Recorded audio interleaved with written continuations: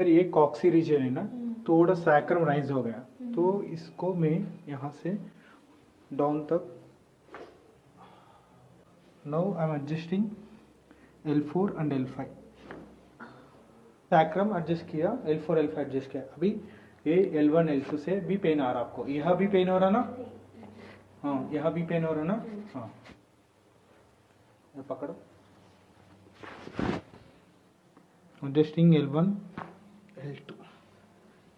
Before treatment मेरे को दर्द बहुत ज़्यादा था, I was not feeling to walk, पर अभी मेरे को बहुत रिलीफ दिख रहा, लाइक ऐसा लग रहा है कि पेन नहीं है, कम 75% तक सही लग रहा। ठीक, फॉरवर्ड बेंडिंग, पेन आ रहा नहीं, बेटर, यस।